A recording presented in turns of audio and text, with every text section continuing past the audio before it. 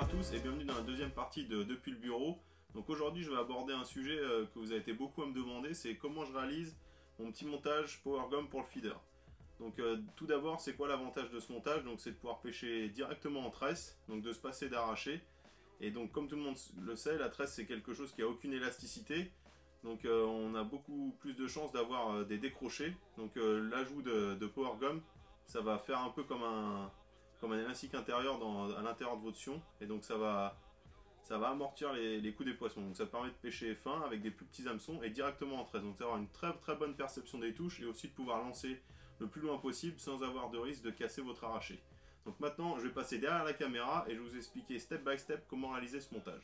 Alors tout d'abord, j'ai besoin de quoi pour réaliser mon montage? Donc j'ai besoin d'une paire de ciseaux pour couper ma tresse, une aiguille, un briquet, un émerion à agrafe ou alors une petite potence selon ce qu'on veut comme montage, des plombs Stotz en 10 et de la gaine silicone. Donc mon choix il se porte sur la Sidro Mix Strong en 1 mm. Donc on a un trou de 1 mm mais on a une double épaisseur de silicone. Donc ça va apporter vraiment rigidité et durabilité à l'ensemble.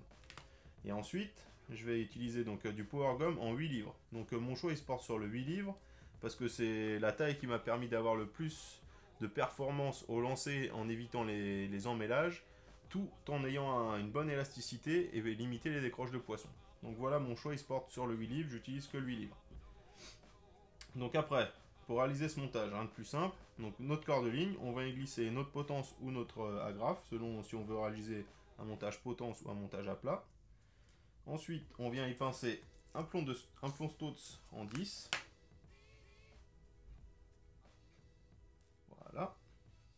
Et ensuite, on vient y glisser un morceau de gaine silicone. Donc mon morceau de gaine silicone, il fait 1,5 cm. C'est ce qui m'a permis d'avoir un montage le plus performant possible. Donc je coupe des petits bouts de silicone en 1,5 cm. Donc ensuite, on vient réaliser une boucle au bout de son corps de ligne. Comme ceci.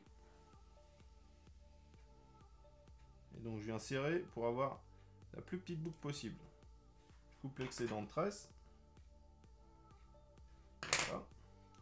J'utilise mon aiguille pour bien ouvrir ma boucle.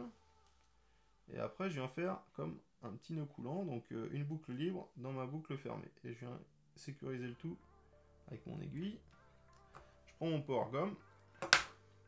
Je viens y faire un simple nœud à l'extrémité. Nœud que je serre avec mes dents. Voilà. Et donc maintenant, il n'y a rien de plus simple. Je vais venir faire couler mon petit nœud coulant sur mon Power Gum, bien serrer le tout et venir mettre le tout en butée sur mon nœud, comme ceci. Voilà. Donc après, je viens sécuriser le tout avec ma gaine silicone. Voilà. Je vais couper l'excédent de Power Gum qui se trouve en dehors de ma gaine silicone, comme ceci. Y coller mon plomb Stotz. Donc là on arrive à la fin du montage et donc ce que je fais c'est que j'utilise entre 10 et 12 cm de Power Gum. Donc je viens placer mon montage sur ma petite règle et je viens réaliser une boucle au niveau des 10 cm. Donc une simple boucle que je viens serrer avec ma petite aiguille. Voilà. Bien serrer le tout. Et donc je viens couper l'excédent ici. Et les deux excédents au bout, et je vais les faire fondre avec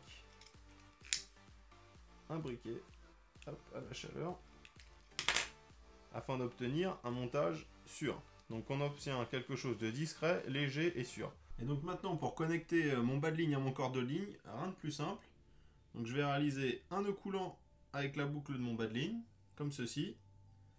Je vais venir faire glisser mon nœud coulant sur mon Power Gum. Tirer légèrement et voilà, donc on obtient connexion parfaite. Alors je vous garantis pas qu'il n'y a pas quelques vrillages qui se font, mais c'est la manière la plus sûre et qui offre le moins d'emmêlage. Donc voilà, maintenant je vous laisse essayer le montage à la reprise après le confinement et on se dit à bientôt.